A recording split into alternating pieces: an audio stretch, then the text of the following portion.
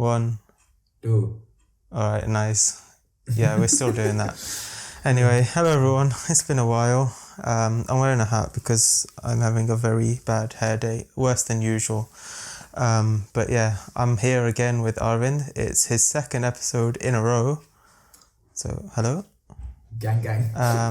But we're not going to be talking about his singing career because we do enough of that anyway. So today we're going to be talking about cricket because the Cricket World Cup, the T20 World Cup is starting. Well, it's kind of started already, but it's starting properly on the weekend.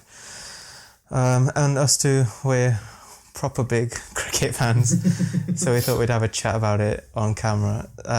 So yeah, Arvind, this is the first, actually it's the second ICC tournament that's happening since we've known each other. So yeah, but the first one wasn't really big, was it? I mean, 2019. I mean, 2019. The World Cup was big, but like we didn't know it was the main World Cup, well. but it's yeah. And I wasn't even like that big a cricket fan then as I am now. Exactly. So I feel like the stakes are higher now because you're a bigger cricket fan. We're closer friends as well. Yeah. So how excited are you anyway? I'm like really excited, man, because like the first time World Cup, like the T20 World Cup's happening since 2016, right? Yeah, and 5 years. I've always felt like the T20 World Cup has a lot of buzz and a lot of excitement about it.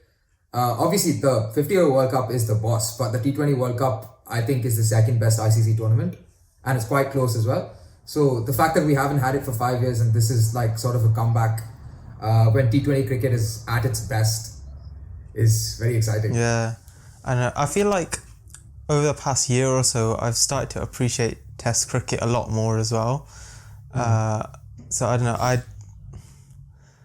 I'd maybe still put the ODI World Cup at the top, and then even though there's only been one, I'd put the Test Championship ahead of the T20 World Cup. But see, that's the thing. I think Test is the best format, but I'm not too bothered about like the Test Championship as such. I know it's meant to give context because it drags over for 2 years, doesn't it? Yeah. Like this is done in a month, so exactly, it's not as exciting. And I feel like with Test cricket, the excitement is about one particular series, and it's not like a world event where everyone is playing at the same time. It's like you don't have a track of how each team is doing at every single given point in time, right?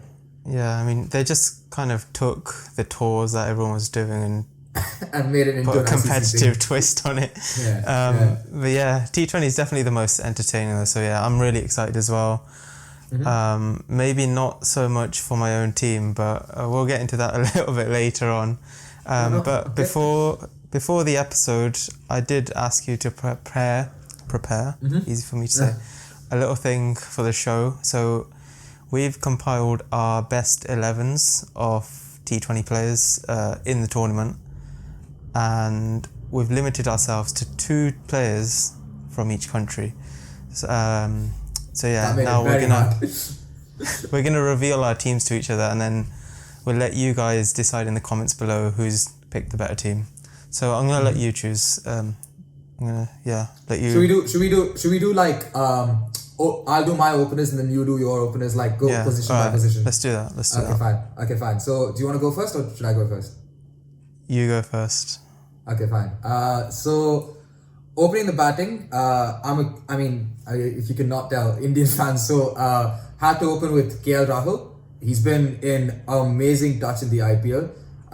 Played 13 games for like 620 something runs, 626 or something like that, something stupid like that, with a strike rate of like 140. In my opinion, he's stats. Yeah, I've got no stats to back mine up. No, he's okay. Yeah, I mean, like it's fairly straightforward. He's been like one of the best white ball cricketers in India and all over the world, and one of the best T20 openers. So he sort of picked himself for me. And the second opener is from Pakistan. I guess it's pretty straightforward as well. It's Mohammed Rizwan. Again, someone who's been in incredible touch. These two players I've picked based on their records and the kind of touch that they're in. Mohammed Rizwan's obviously been the most prolific T20 batsman internationally in this calendar year. So yeah, I couldn't look past these two.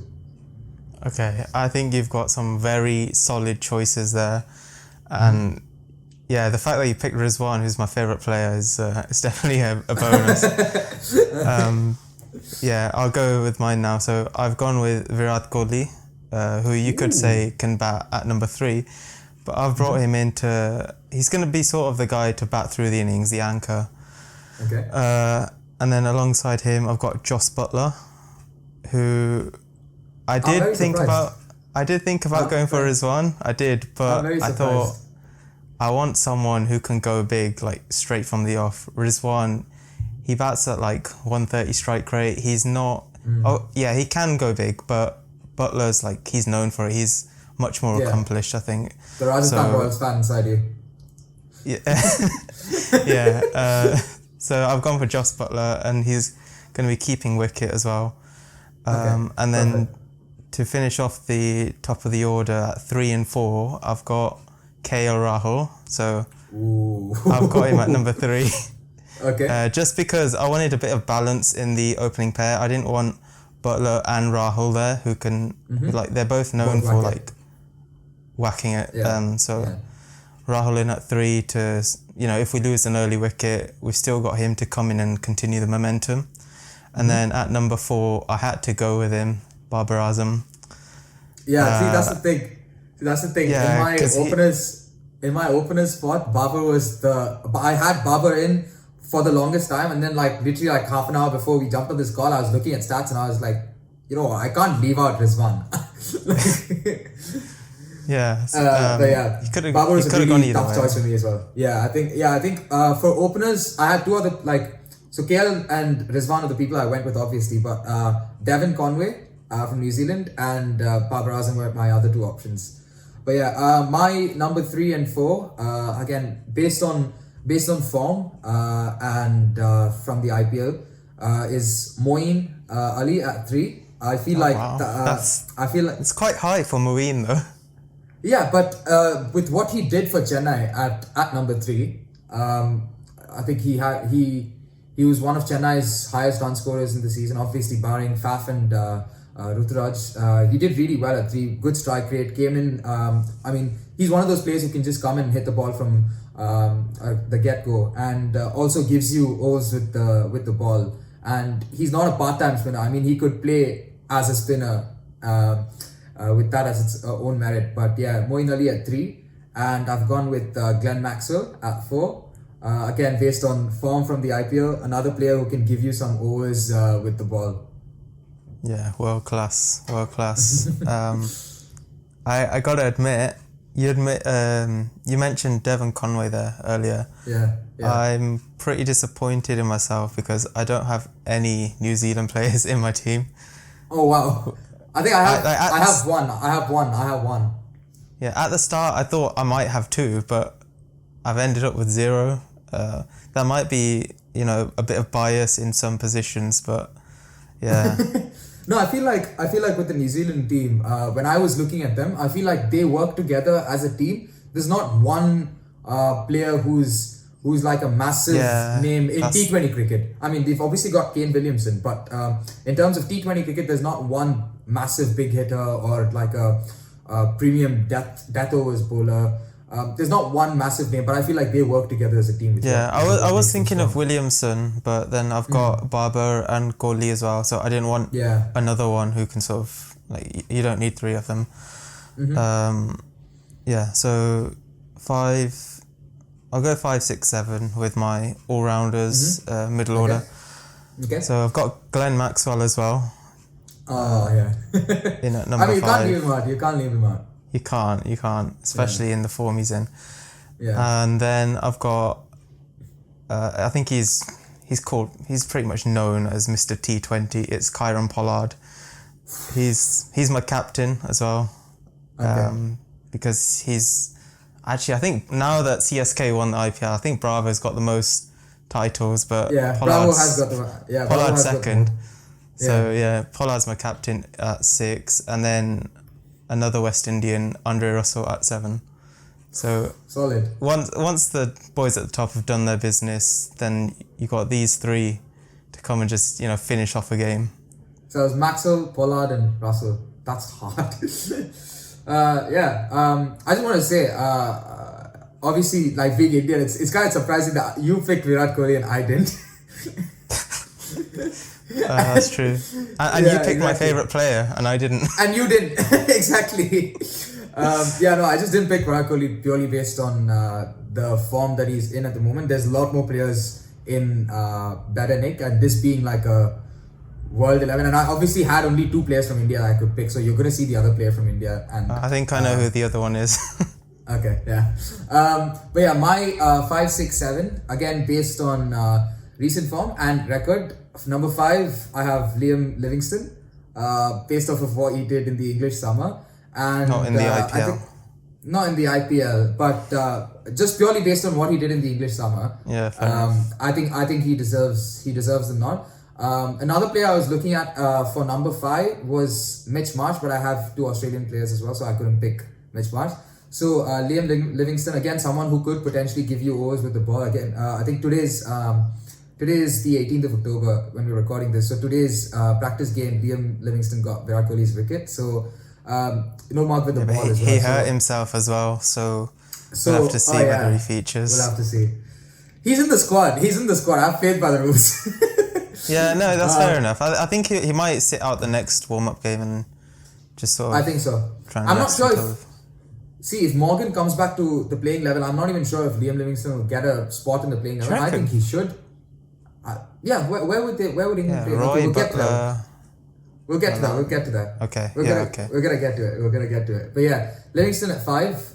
Then at number 6, someone based on IPL form, Shimron Hetmeyer, came in for the Delhi Capitals, finished a lot of games, had the highest strike rate in the IPL. So if he's done it there in the UAE literally 2 weeks ago, he's someone in good nick. So yeah, I've got him in at number 6, and number 7 was between Russell and Pollard, and there's literally not much between them. But I've chosen to go with Russell. Just why? I don't know. Just personal preference. I think it's purely personal preference. I would put.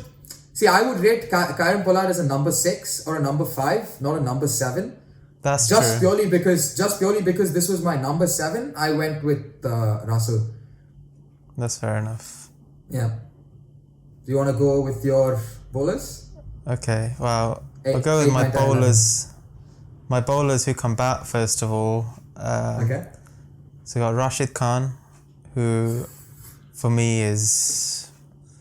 I'd put him in the top 3 or 4 best T20 players out there in the world.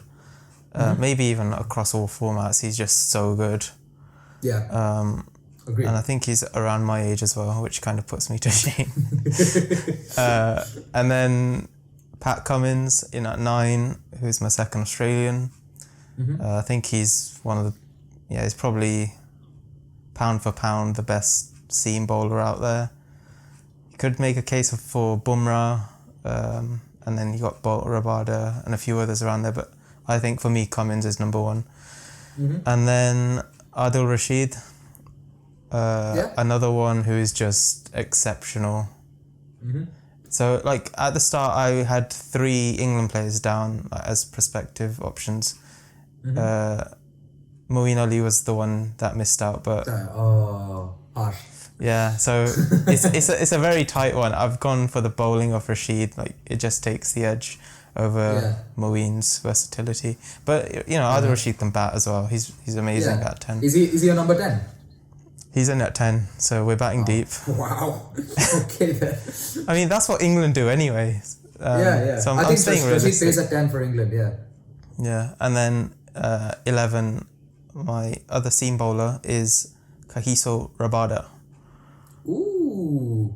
Okay. So this was the spot which was kind of left open. I could have gone for Shaheen. I did a bit of Pakistani bias to it. I could have gone for Trent Bolt. I could have gone for... I was thinking of having Bumrah instead of Rahul, and then having Rizwan or... Who was the other one? Glenn Phillips. 3. Yeah. So there was a few options, but I went for Rabada just because I feel like South Africa get overlooked quite a bit nowadays. So I gave them a player as well. Fair enough. I mean, I don't think I have a South African. There are a few South Africans I considered, but I don't think I have a South African in my 11. At number 8, I have Jimmy Neesham, New Zealand player, my only New Zealand player. Again, I was going to pick another batsman, but I wanted someone to give me overs with the ball as well. And so I went with Jimmy Neesham, someone who's in good nick as well. I think he got like 30 odd today in the warm-up match. So Jimmy Neesham at 8, Rashid Khan at 9. Waqar's done the explaining for me. I don't have to explain further. There's a few people that I actually considered for Jimmy Neesham's spot. Instead of Jimmy Neesham, I could have either gone with Wokes, Bravo, Cummins was one of them, or Shardul Thakur. These are all bowlers who could bat, because that was my number 8 position. It was a bowler who could bat. But with Wokes, Bravo, Shardul and Pat Cummins, I've already picked 2 players from their country, so I couldn't. I was gonna say, how have you left out Pat Cummins? Exactly. So I couldn't go with any of them, and that's why I had to pick someone out of the blue from New Zealand, because I didn't have any New Zealand players. And Jimmy Neesham is a decent player, so I went Neesham at 8, Rashid Khan at 9. Number 10 and 11, I have Stark at 10 and Bumrah at 11. Stark, just because, I don't know, there's something about Stark that just makes him come alive in ICC events. He's just a different bowler in every ICC event he bowls in. So Stark, because of that and the fact that he's a left-arm bowler, just to add a bit of variation, because all of my bowlers are right-arm bowlers.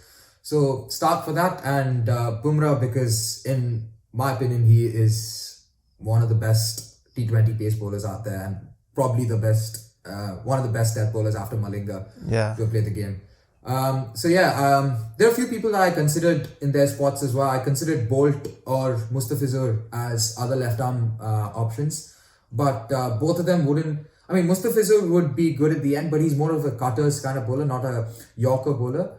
And Bolt is more of a new ball bowler, and he gets whacked at the death even in the IPL, so I didn't go with Bolt.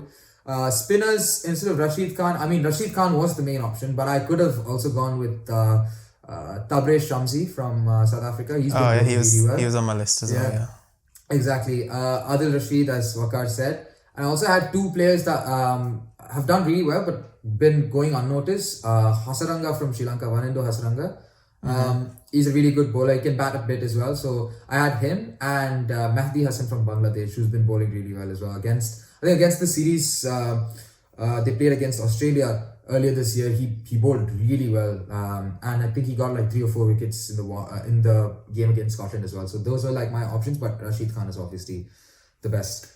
Do you want to talk through your 11, 1 to 11, and then I'll name my 11, and people can decide in the comments who's got the best team. So just to recap, Virat Kohli opening with Jos Buttler, and then we've got KL Rahul, Babar Azam, Glenn Maxwell, Kieron Pollard, Andre Russell, Rashid Khan, Pat Cummins, Adil Rashid, and Kagiso Rabada. That's a solid 11.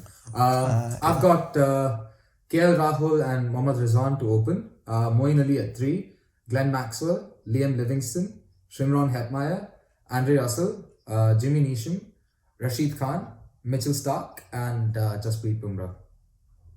What I've noticed there is, I feel like you've gone with a strategy that you've gone for players that are in form rather than the bigger names, whereas I've gone for like Butler, I've gone for Russell, who doesn't play that often now. Russell's the only player that I went in terms of reputation. Obviously, I had to resist myself going for Kohli, all these players, because I just wanted to focus on form and what they've done in the UAE. Because and I wanted to make sure I had loads of bowling options, because apart from my 3 main bowlers, I've got Neesham, Russell, Liam Livingston, Glenn Maxwell, and Moeen Ali who can bowl. So I've got 5 bowlers who need to split 4 overs amongst them, apart from Rashid Khan, Stark, and Bumrah, who are banks. Yeah. Well, but you know what they say, form is temporary, class is permanent. The teams are on the screen now if you guys want to have another look over that. And then let me know down in the comments why my team's better. Arvind, you're wearing an India jersey. Let's talk about them a bit. Go on. What are your expectations? Because for me, they are the favourites. I would say so as well. Yeah. I mean, I would say India going into the tournament, just based on the people who are part of the squads, I'd say going into the tournament, India start favourites, which is a lot of pressure. But I feel like this Indian team plays well under the pressure, when the backs are sort of against the wall, which is why going into a tournament as favourites might not work well for them. But yeah, we'll see. I mean, I have high expectations for them. I definitely expect India to go past the Super 12s into the semi-finals. And then after that, it's just a matter of how you play on the day, really. Because especially with this Indian team under Kohli, it's been a really good team for a very long time without any ICC trophies, just because of how we performed on one particular day. Batting collapses in the 2017 ICC Champions Trophy final against Pakistan. Batting collapse again in Manchester against New Zealand, the semi-final. Batting collapse against New Zealand in the World Test Championship final. So if we can avoid that, I think India are really strong favourites going to the tournament. What do you think about India? I think it's a very well-rounded team because you've got experienced heads like Kohli, Rohit Sharma, Jadeja, Hardik Pandya, Mohammed Shami, Bumrah. And then you've got like these new kids coming through as well. I don't know if they're kids, I don't know how old they are, but you've got Ishan Kishan, who was brilliant today. Surya Kumar Yadav, around our age. KL Rahul. Has KL Rahul played in a T20 World Cup before? No, I don't think this is KL's first T20 World Cup.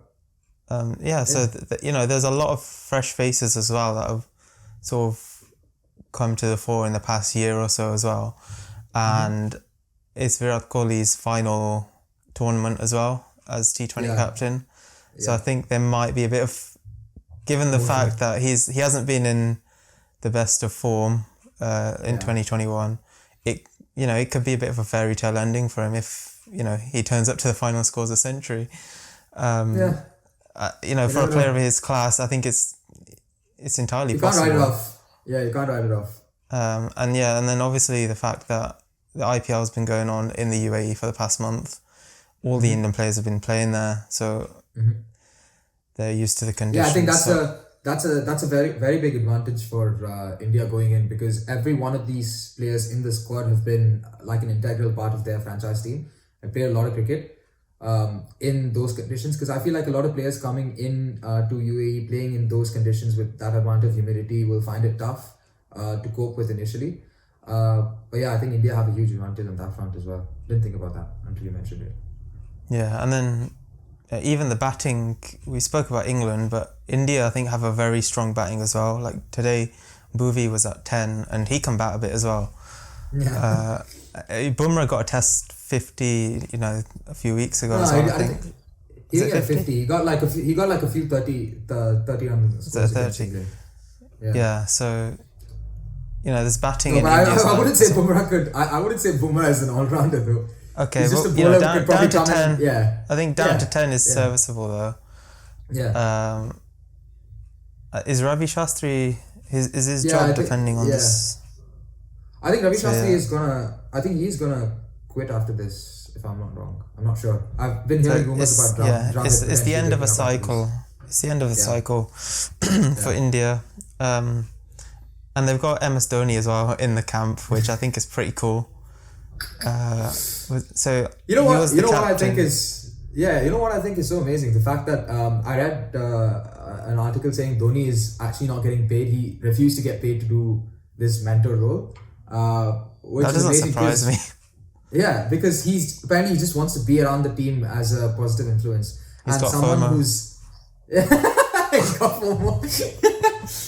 Someone who's captained India in all the T20 World Cups before this, and as someone who's won a T20 World Cup as captain, having him in the dressing room would make a big difference. Yeah, so there's a lot to look forward to. But are there any weaknesses, do you reckon, before we move on from India? I think obviously Hardik Pandya's form and the fact that he's not bowling is a negative point for us. And I think one other thing that I could potentially touch on is the fact that Bhuvneshwar Kumar hasn't been in his best, even in this warm-up game, even in the IPL. Apart from that, I don't see any jarring weaknesses. I would have liked to see Chahal instead of Rahul Chahar in the squad, but it is what it is. I think boys will do us proud. Yeah. Inshallah, boys play well. Inshallah, boys play well. So yeah, India playing their first game against my boys, Pakistan, this Sunday. We're going to be watching the game together, so that'll be pretty interesting. And it's the first time we're watching India-Pakistan together. India versus Pakistan. After nearly 3.5 years of knowing each other. That's true. I mean, the last time it happened, we were on a flight to Italy. We didn't even get to see the game. Yeah. But yeah, what are your thoughts about Pakistan? What are your expectations? What are your thoughts? Oh, before I go into it, I want to get your thoughts as an outsider looking in. Oh, I can talk about Pakistan for days. I think Pakistan are in with a better chance than they did in 2016 for sure. Probably even more of a chance than 2014 as well. This is probably one of the best Pakistan T20 teams that I've seen in a while, because they've got a really good top order and they've got some very good quick bowlers in the middle. The only thing I would be concerned about is their spin department, because the only people I can recognize from the squad is Shadab Khan and Imad Wasim. Both of them are good bowlers, but there's not like a standout world-class spinner that I see in the team. Apart from that, world-class batsmen in Rizwan, Babar Azam, Waqar Zaman, Hafiz, I could go on. And world-class bowlers again, Afridi, Hassan Ali, Haris Rauf, all these guys. So yeah, fast bowling, batting, I think is solid. The only thing I would be concerned about would be the spin bowling department. But yeah, what do you think? Well, first of all, the prep for this World Cup could not have been more chaotic. So first we had the PCB chairman was changed. Ramiz Raja came in. And then shortly after we lost our coaching. Actually, before the chairman changed, Yunus Khan left as batting coach. And then Misbah Haq left as head coach. Waqar Yunus left as bowling coach. So here with a new chairman, no coaches. And then... so we went to West Indies for a tour. It was originally meant to be 5 T20s. It got shortened to 4. 3 of them got rained off. 3 of them got rained off. So we won the one game, and then we were meant to have 5 against New Zealand, and everyone knows what happened there. Yeah. And then we had another 3 scheduled for England. They got called off as well. So we've gone from potentially having the most prep to probably the least prep. The players have had their domestic tournament to sort of replace the tours, but it's not the same level as facing international players.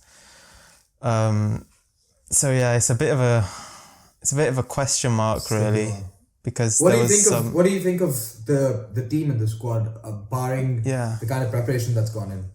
Yeah, because there were some issues that needed addressing and sorting out during these games. The main one was the middle order for the batting, because I know in my 11 I said I want my openers to go big, but for Pakistan they've got Rizwan and Babar Azam, who both batter 130 strike rate, so they don't go massive in the power play, but they're just there to make sure they don't lose that early wicket, because below them you never know. You never know what's going to happen. I feel like Babar and Rizwan have worked as an opening pair for a really long time now. This entire year they've done really well. So even getting like 40, 45 for one or for no wicket in a power play would be a win. Yeah, exactly. So for them, it's not so much about getting a big score, it's just the fact that they get through the power play, because we've seen them, they helped Pakistan set, I think it was over 230 against England. They chased 200 down, I think. That might have been a 10 wicket win against South Africa. So they're really good at setting the foundation, because last year Mohammed Nawaz was in really good form. I think he got a 99 against New Zealand. Step it up this year. Waqar Zaman was pretty good. I think Waqar Zaman is still in good form. He was. I think he's better at ODI cricket than T20, and he's not as good now as he was a couple of years ago. But he did well today in the warm-up game, so hopefully he's good at 3. So what would your Pakistan 11 look like? So, alright, I'll go Babar and Rizwan to open. We'll go Waqar at 3, even though... Alright, yeah, we'll go with him at 3. Hafiz at 4. Yeah. And then we've brought in Shoaib Malik because I think they kind of recognised the fact that there's not a lot of tournament experience in this team, and then he helps out the middle order issue as well. I think he will play. If it was up to me, I'd want to see Haider Ali given a go because he's been in good form as well. At 6? No, I'd want him at 5, but I think it'll be Malik at 5. Okay. And then Imad Wasim, Shadab Khan, who I'll just touch on quickly. Then you said they are like the 2 spinners you recognise, but Imad Wasim's not really known for his spin anyway. He's kind of a power play specialist who sort of squeezes the batsman. Like one or two overs in the power play, like a Samuel Badri kind of bowler. Yeah. And then Shadab Khan, his bowling form hasn't been great for a while. I think he's been in the setup more because of his potential. I think he's 23, so he's got he's got a lot of talent. He's our best fielder, but I don't think he's been in like his best form over the past year or so.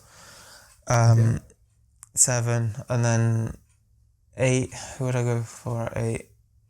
I'd probably go for Mohammed Nawaz, who's another spinner, just because I feel like the pitches in the UAE, they've been, like, a lot of people are saying it's going to be spin friendly, so I'd have him there.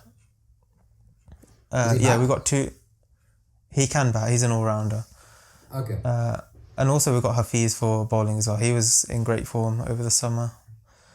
And then in at 9, I would have Hassan Ali. He can whack it as well. If you need like 30 off 10 balls, he can do the job. Yeah. And actually, I think he's been in better form than Shaheen over the past year as well. I think so too.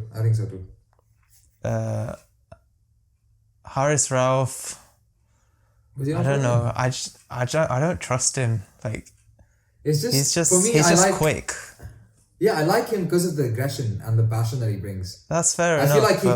I feel like he could be a very big match winner, like on a big day, like India Pakistan. He'd just turn up and get like a 3 for 20. If he gets it right, but he has a tendency to kind of be brainless at times and not bowl where he's supposed to. So instead of him, I might want someone like Mohammed Wasim Jr., who's also a bit of a inexperienced head, but he can bat as well. So if you want a bit of batting at 10, you can have him. Shahnawaz Dahani. I was thinking, does Fahim Ashraf not play any white ball cricket? He does. Then what? But he just wasn't picked. He hasn't been good enough form, I suppose. But I do like Fahim Ashraf. Yeah. Yeah, because I was looking. I initially wrote down Fahim Ashraf's name and then I had to cut it out because I realized he was not there instead of Jimmy Neesham. Because I really rate Fahim Ashraf as a... I do, but I suppose his performances haven't been up to scratch over the past year. And then Shaheen at 11, but yeah, I think I was rambled about Pakistan quite a bit now. But before we move on, I just want to say Shahnawaz Dahani as well, who was... I don't know if you've heard of him, but he was the top wicket taker in the PSL. He's quite lanky. So yeah, I think he could have been a wild card, but he's in the reserves, so he won't be in contention for selection. But yeah, that would be my 11. Fair enough. In terms of expectations, do you expect them to go through? I think we need to get off to a good start. Like. Well, it's between us and New Zealand. It really is.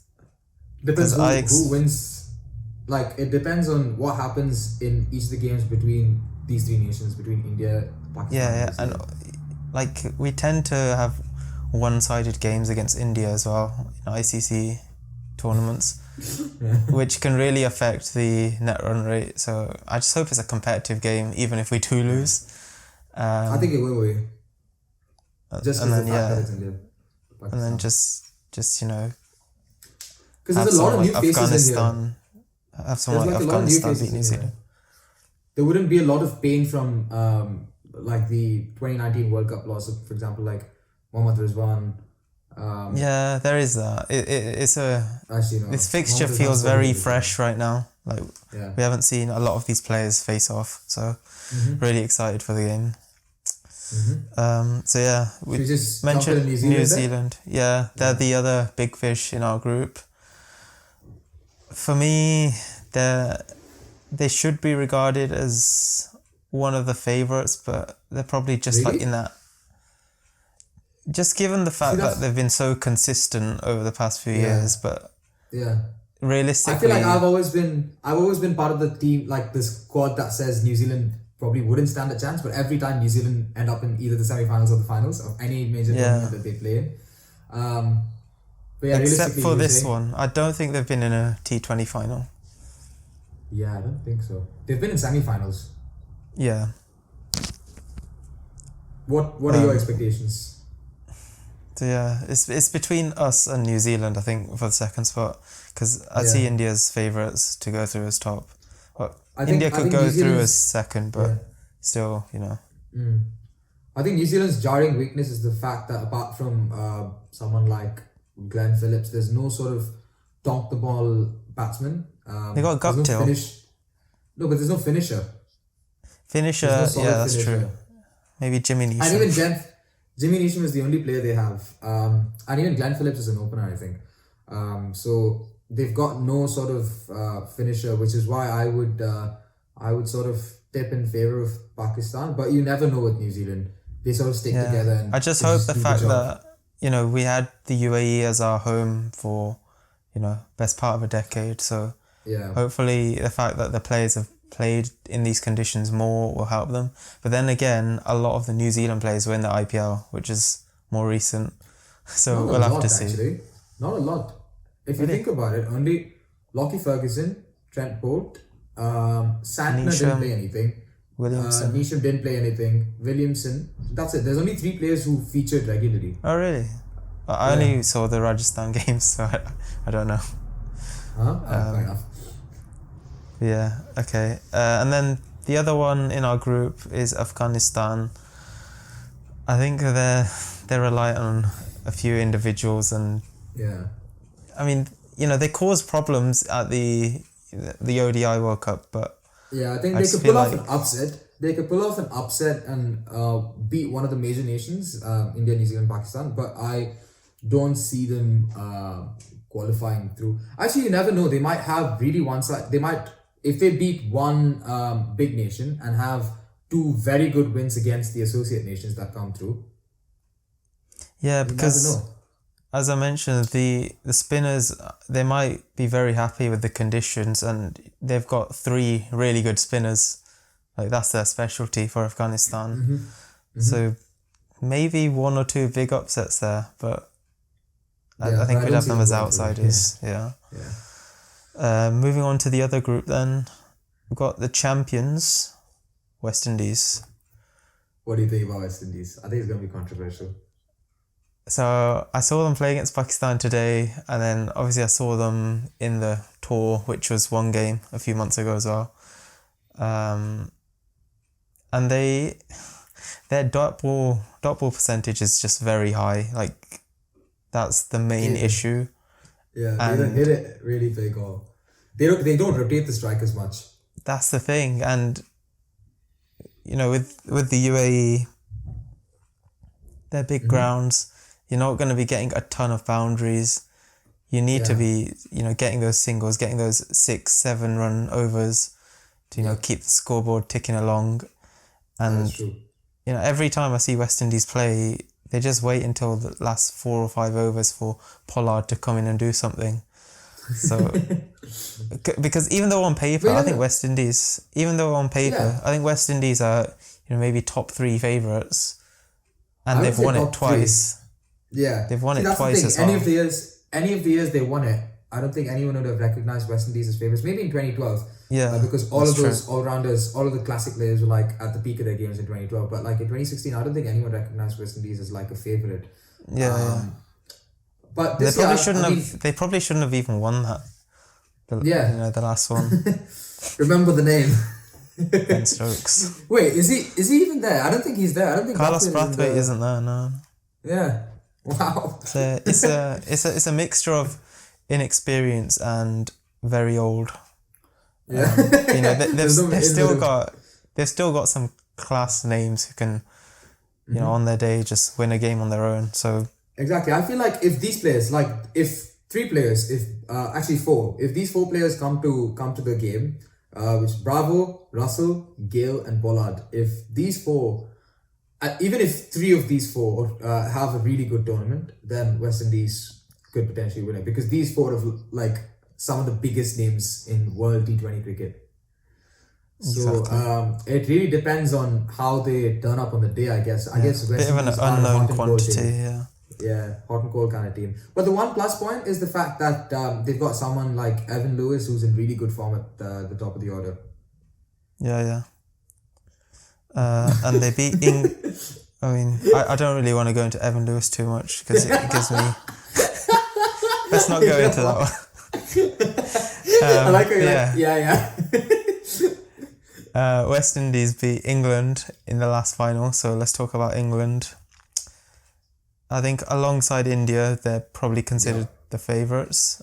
Obviously, ODI champions, and their batting is stacked. Their bowling, okay, actually, not as strong. They're missing a few big names, Jofra Archer, really and Stokes. Ben Stokes, and Sam Curran as well. What I will say is for all these three are starters. I think all these three would start in a full strength England 11. Yeah, I mean, I think a couple of them would be in our 11s that we did earlier. For the Ben Stokes one, I feel like there's probably going to be a lot of expectation on Moeen Ali to kind of fill his shoes from a bowling standpoint, even though they bowl different. Batting standpoint, I think. But from a batting standpoint, yeah, exactly. He had a good innings today against India. And he's in good form. So I feel like he's probably going to be there to fill the void. And then I think the person I think out of the three names we mentioned, I think the person England are going to miss the most is Jofra Archer, because in terms of all-rounders, they've got people who can do the job, maybe not as well, but a good enough job. You've got solid replacements for Ben Stokes and Sam Curran. Like you mentioned, you've got Moeen Ali, you've got other all-rounders, Chris Wokes. There is Tom Curran, who's not as good. Mark Wood. Tom Curran. Oh God. Okay, but barring that, no, there are decent replacements, is what I'm saying. But if you think about Jofra Archer, there is not. Mark Wood is the only replacement you could think of, but Mark Wood again, is he? He doesn't strike that fear in. Is he a proven death bowler? Not really. I would. I haven't watched England enough to comment on Mark Wood, but Jofra Archer, like just hearing the name, it strikes fear into opposing fans. Yeah, that's true. That's true. And even today in the warm-up game against India, the biggest hole that England had was their death bowling, because they've got really good bowlers at the top in form of Chris Wokes, who's one of the best new ball swing bowlers. You've got David Willey. You've got a world-class spinner in the form of Adil Rashid. You've got people like Moeen Ali and Liam Livingston who can chip in with the ball as well. But if in the absence of Jofra Archer, you look at two names, Chris Jordan and Tamil Mills, to finish off. And Chris Jordan is a good death overs bowler, but he's not of the class of Jofra Archer. Jofra Archer is cut from a different cloth, because you saw what Chris Jordan did today in the warm-up game.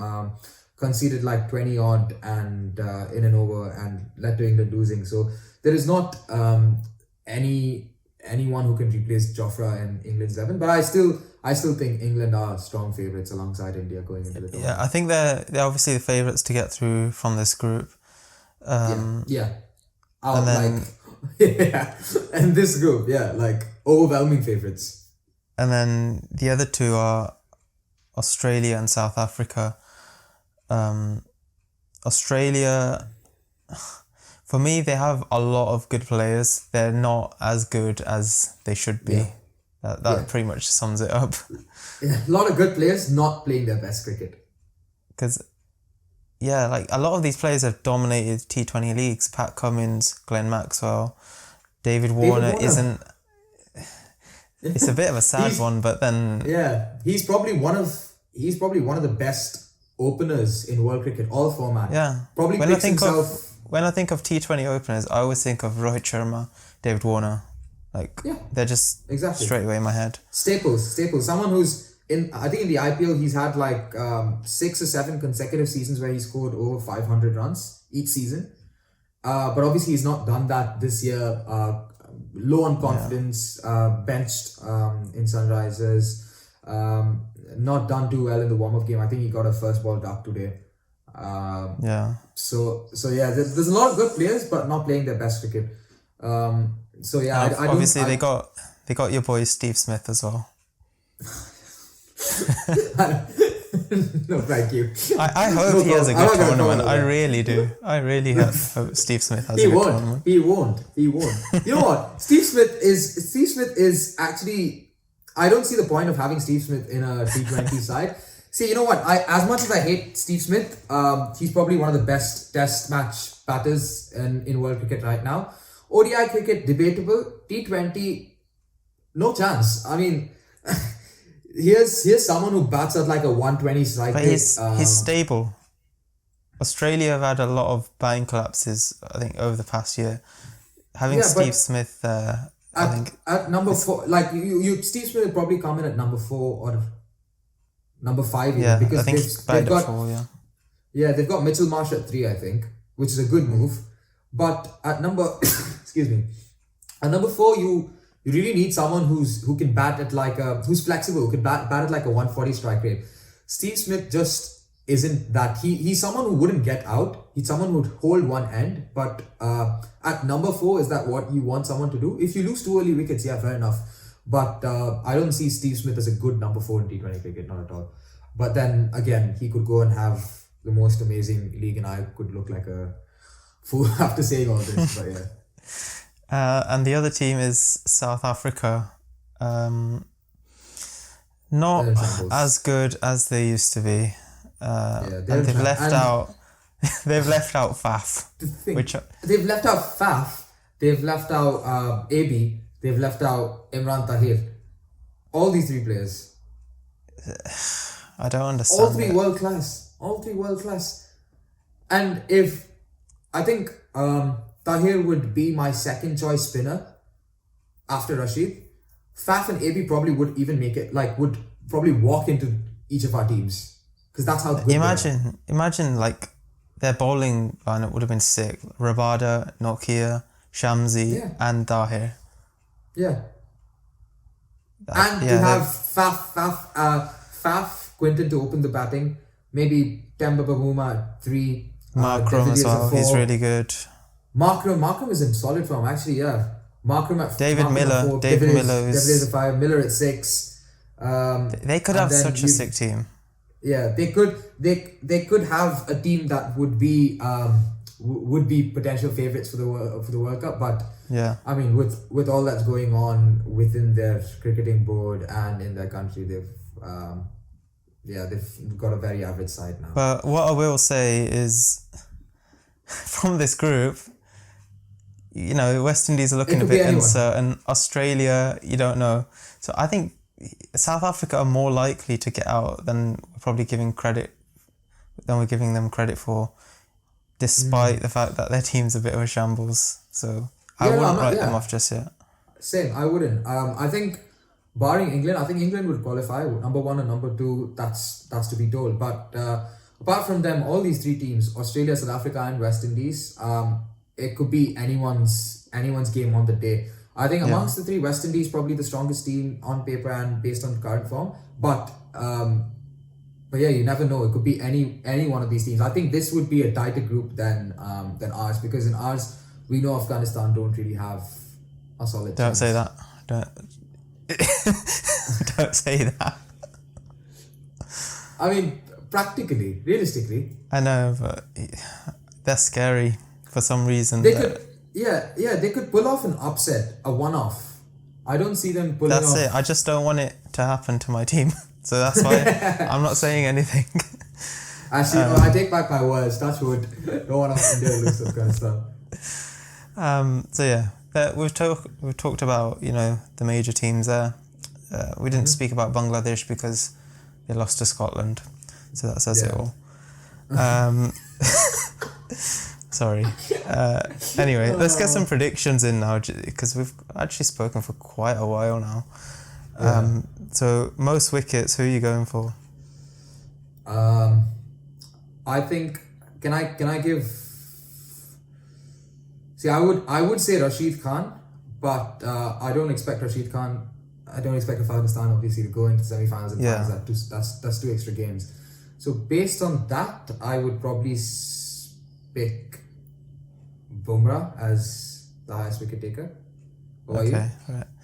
I'm going for Adil Rashid because I expect England to get out of the group. They'd have a pretty good chance of getting to the final, and I think he's probably their best bowler. So yeah. Fair enough. Most runs. That's a tough one. There's so many good players. It is. I'll let you take this one first. Okay. Putting me on the spot. Okay. So I'm gonna go. I'm just working out in my head while I, kind of stall. But I think I'm gonna go for KL Rahul. Yeah, because I think it has to be an opener. Has to be an opener. Plus, India, I'd say they're one of the best batting teams in the tournament. He's very consistent as well. Yeah, and I think he got like 50 odd in today's match as well. Yeah, I'm gonna go for KL Rahul. Yeah, I think KL Rahul is my top pick as well. Just because of how consistent he's been. Even in the IPL, he got the orange cap in 2020, but I don't think he was far off in 2019 or 2021 either. He's just someone who's always in good nick. And apart from him, there's 2 other people that I also have my eye on. Could either be Rizwan or Devon Conway, depending on who qualifies and whatnot. But I definitely think it would be an opener. And my pick would be between these 3. All right. Dark horse. Am I going first? I'll let you pick. See, before, if you asked me this question a couple of days ago, I would have probably said Bangladesh, based on their. Not gonna lie, I was thinking the same, but exactly because they beat Australia 4-1 exactly, and then they come to UAE and lose to Scotland the way they did. So so we don't even know if Bangladesh would make it into the. I think they'll make it, but I think they'll finish second in the group that they're in now. I think dark horse. My money is on Sri Lanka. Okay. Because they beat India at home 2-1. Even though it was a second string Indian team, it still had a lot of big names. Surya Kumar Yadav, Ishan Kishan, Hardik Pandya, Rahul Chahar, all these players, Bhuvneshwar Kumar, all these players who are in India's squad right now, and Sri Lanka beat them 2-1 fair and square. Fair enough. So I think my dark horse would be Sri Lanka, and they've won the tournament before as well. They've been in the most finals as well. Yeah, they deserve a bit of redemption after. Yeah, I actually haven't seen a lot of Sri Lanka now, since most of their big names went away. So I don't even know half the names in their team, but they've always been. I don't think I did as well before the Indian series. I don't think I still know all of their players to hand, but I think if I were to pick a dark horse, Sri Lanka would be the team. Yeah. All right. My dark horse. Now you might say it's not a dark horse, but I'm gonna say Pakistan. Pakistan's not a dark horse, man. Pakistan is not a dark. What do you mean? Pakistan is a dark horse? I feel like you're way too confident in. No, but Pakistan, you just considering Okay, wait. What is Pakistan are in the top 3 of their group, right? Top 3. We can agree on that. Okay, but it's not even guaranteed that they're gonna get through, and then That's the same for any team, bro. No team is guaranteed to get through. Pakistan's not a dark horse. No, but I'm saying it because they're not considered in the top 2 favourites, but I would put they Pakistan, can go all the way. I would put Pakistan. They're in the outsider group. 4. Okay, if say top 4, barring these groups that have been selected, say what your top 4 countries are.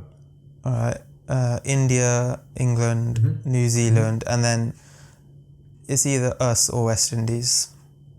So a team in the top 4 is not a dark horse. Yeah, but they might not be. They're in that like outer. That's the case with any team. You have to pick a proper dark horse. All right, my other dark horse is South Africa. Okay, yeah, that's fair enough. No, that's fair enough. I will take that. You can't call a team that's in the top 4 of a league. I'm just saying it because horse. The lead up to the tournament has been so chaotic, and okay. You wouldn't be saying this. It's a very inexperienced side. They've won a lot of matches. They played a lot of good cricket. They beat South Africa at home. Yeah, but they haven't played a lot of. They haven't played these bigger nations like very recently. So, they played England, but it was England B. They haven't played India in like forever. Well, to be fair, you're saying England B, but it was a lot of the players. I mean, we were saying England B because there was no Ben Stokes, there was no Archer, but there's no Ben Stokes or Archer in the World Cup. Yeah. All right, and you guys played well against England. I mean, you lost this. I think you guys lost the series, didn't you? But you guys played really well. Yeah. Yeah, it was a decent series. So I'm on the optimistic side, just because of how fresh the side is. But I don't have us as in the top favourites. Okay. Anyway, who's winning the tournament? That's what I want to know. We're back India, bro. I'm wearing it on my chest. I can't. You're locking it in. I got it back. I got it back, India. What do you think? I can't say it though. I can't say it on camera. Yes, I think India is going to win the World Cup. So, for that reason... Here's the thing. India always choke in finals. Again, like under Virat Kohli. So you never know. You never know. India should win the World Cup. But it could... I have a feeling it could be someone else. It could be... See, I don't think it will be... New Zealand has won an ICC Cup just now, so I don't think...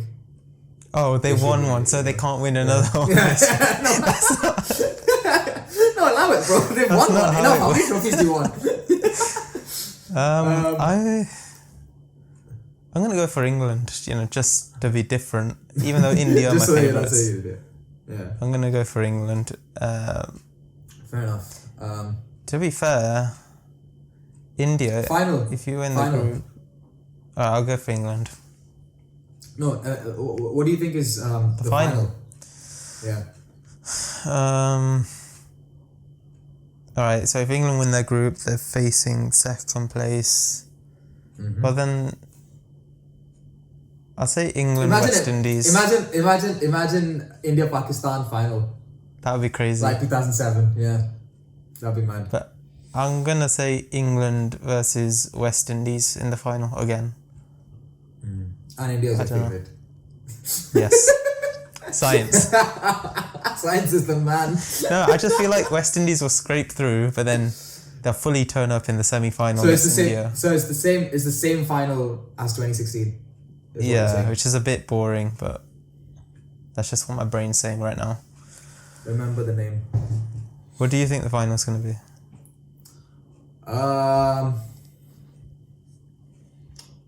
I'm gonna go for India West Indies. Okay, so because I think West Indies could potentially pull off an upset and finish top of their league. Okay, interesting. And and I think England could play the semi-final, or like the safest choice would be India England, because they're the two favorites. They're the two favorites to finish top of each of their leagues. We expect them to beat the number 2 team from each of the groups. So, I think India-Pakistan's not out of the question either. Even though we dream of it, I think it's very possible. It's very possible. Yeah. Hopefully that's the one. And then you'll be here watching it in my house.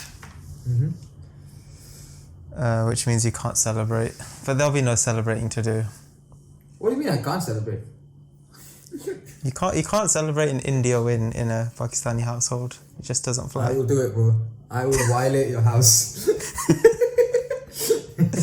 Anyway, I can't believe we've spoken for an hour about cricket. This was meant to be like a half an hour episode, but I think with the two such of us, big it was meant to fans.